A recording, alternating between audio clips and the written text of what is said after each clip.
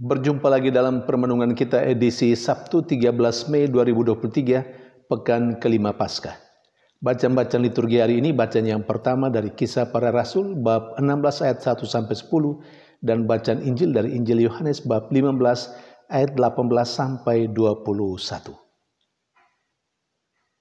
Bacaan yang pertama hari ini berbicara tentang dua hal penting.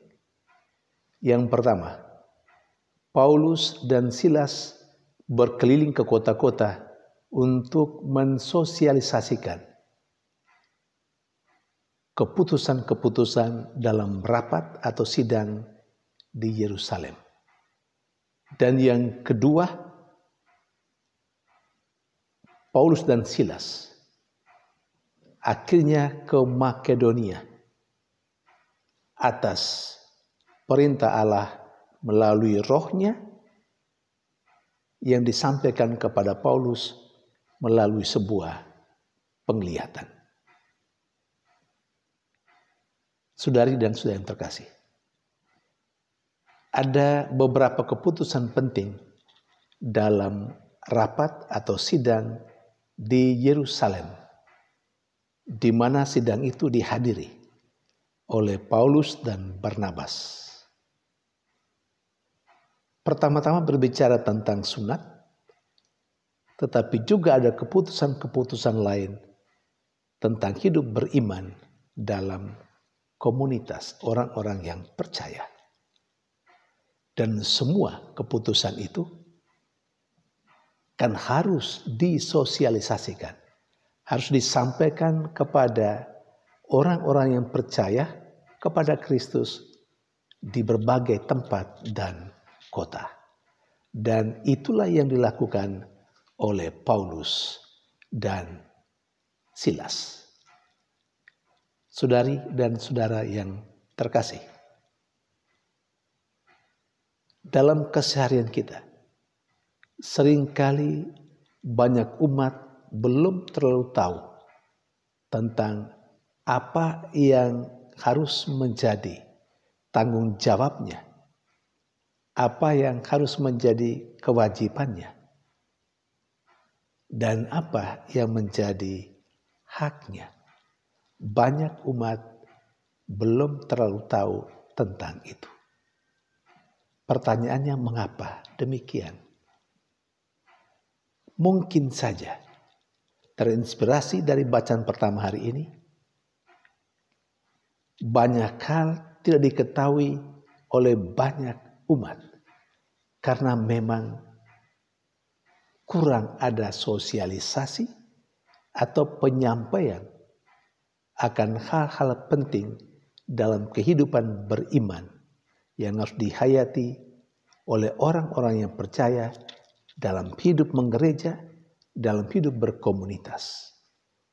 Entah di tingkat lingkungan ataupun di tingkat paroki atau di dalam masyarakat. Pasti banyak hal itu tidak diketahui karena memang tidak ada yang menyampaikan informasi-informasi itu kepada umat. Kalau informasi itu terputus, apa yang menjadi keputusan, kesepakatan bersama dalam kehidupan menggereja, entah di tingkat keuskupan ataupun di tingkat paroki, entah itu di tingkat keuskupan ataupun di tingkat dekanat. Kalau tidak disosialisasikan dengan baik, maka banyak umat yang tidak tahu apa yang menjadi kewajibannya, apa yang harus ia hayati dalam kehidupan berimannya.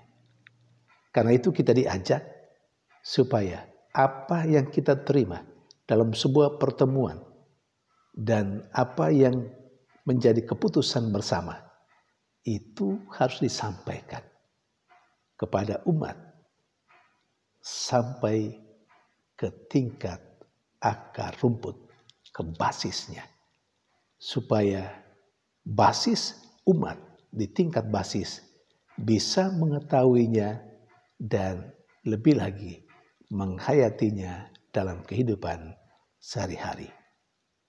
Walaupun di sisi lain kita harus katakan di dunia modern seperti sekarang ini, di dunia dewasa ini, seharusnya umat semakin aktif. Tidak saja hanya menunggu, mendengar sosialisasi dari atas, tetapi juga harus mencari tahu dan memperdalam kehidupan berimannya melalui berbagai macam sumber. Tentu perlu hati-hati. Saya lebih menganjurkan untuk saudara-saudara yang Katolik dalam rangka mencari tahu kehidupan beriman kita, apa yang menjadi kewajiban, apa yang harus kita hayati dalam kehidupan beriman kita di tingkat komunitas, entah di lingkungan ataupun di paroki. Kita mesti mencari sumber di medsos misalnya, di Google misalnya, tetapi sumber-sumber yang valid. Dan sumber yang valid untuk kehidupan orang Katolik dan juga termasuk kehidupan beriman orang-orang Katolik adalah yang berasal dari sumber-sumber Katolik. Katolisitas misalnya, itu sumber resmi. Maka di satu sisi kita diajak untuk mencari tahu sendiri, tapi di sisi lain dalam proses mencari tahu itu kita mesti melihat sumber yang jelas. Dan sumber yang jelas untuk kehidupan beriman secara Katolik tentu sumber-sumber Katolik yang terpercaya. Saudari dan saudara yang terkasih, poin yang kedua yang dilakukan oleh Paulus dan Silas, yakni mereka juga pada akhirnya mewartakan kabar gembira Tuhan ke Makedonia. Mengapa mereka ke sana? Ternyata dalam sebuah penglihatan, Paulus diminta untuk menyeberang ke Makedonia. Jelas di sini, sebagai seorang pewarta, kedekatan dan relasi yang akrab dengan Tuhan membuat Paulus akhirnya mengetahui apa yang dikehendaki oleh Tuhan melalui rohnya. Saudari dan saudara yang terkasih, setiap orang yang dibaptis, dia mempunyai kewajiban, mempunyai tugas dan tanggung jawab untuk mewartakan kabar gembira. Mewartakan kabar gembira tentu tidak hanya sekedar menyampaikan apa yang menjadi maunya kita sebagai pribadi, tetapi kita harus mewartakan kabar gembira itu menurut maunya Allah, menurut kehendak Allah. Dan supaya kita sebagai orang yang sudah dibaptis mampu melaksanakan karya pewartaan menurut maunya Allah, maka kita sendiri harus mempunyai relasi yang akrab, yang dekat dengan Tuhan yang mengutus kita, yang menugaskan kita.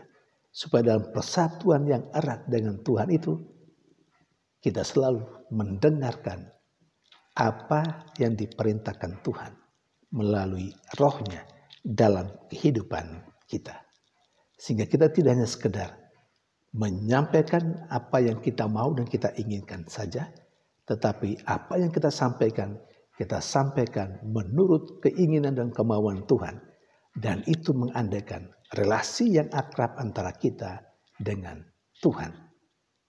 Saudari dan saudara yang terkasih, sementara dalam bacaan Injil, Yesus dengan tegas mengatakan kepada para muridnya, para rasulnya, dan kita sekalian saat ini, bahwa mengikuti Dia berarti akan mengalami kesulitan dan penderitaan karena namanya. Namun di sisi lain, Yesus juga meneguhkan para muridnya, para rasulnya dan juga kita, bahwa andai kata kita mengalami kesulitan dan penderitaan, ingat, kesulitan dan penderitaan kita tidak akan pernah melebihi kesulitan dan penderitaan yang dialami oleh Yesus sendiri. Karena itu secara simbolik Yesus berkata dalam bacaan Injil hari ini,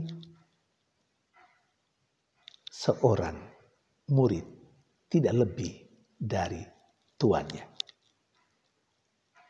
Artinya, kalau Tuhan kita, guru kita mengalami penderitaan yang luar biasa, kita yang lain juga akan mengalami hal yang sama, tetapi tidak pernah melebihi penderitaan yang dialami oleh Tuhan kita, Yesus Kristus. Dan disinilah kita dikuatkan. Karena kita sudah diberitahu oleh Yesus bahwa penderitaan kita tidaklah sehebat dengan penderitaan Yesus. Saudari dan saudara yang terkasih, mari kita dengan kekuatan firman Allah, kekuatan sabda Tuhan yang kita dengar pada hari ini, kita menjalani hidup kita hari ini dan juga hidup kita di hari-hari selanjutnya dengan cara mau mewartakan kabar gembira Tuhan, mau menyampaikan hal-hal apa yang kita dengar, entah itu dari tingkat keuskupan atau tingkat paroki. Kita sampaikan di antara umat kita, di antara teman-teman kita, di tingkat lingkungan, di tingkat wilayah. Supaya apa yang menjadi keputusan di tingkat atas, paroki ataupun keuskupan, akhirnya bisa diketahui oleh seluruh umat yang ada di tingkat lingkungan. Dan yang kedua, kita diminta untuk selalu dekat dengan Tuhan, supaya kita tahu apa yang dikehendaki Tuhan yang harus kita sampaikan kepada teman-teman kita, sahabat-sahabat kita dalam keseharian kita. Dan yang terakhir, mengikuti Tuhan tidak gampang. Kita akan mengalami seperti yang dialami oleh Tuhan. Tuhan menderita dan kita pun pasti menderita.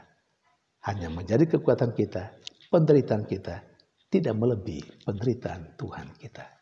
Tuhan memberkati.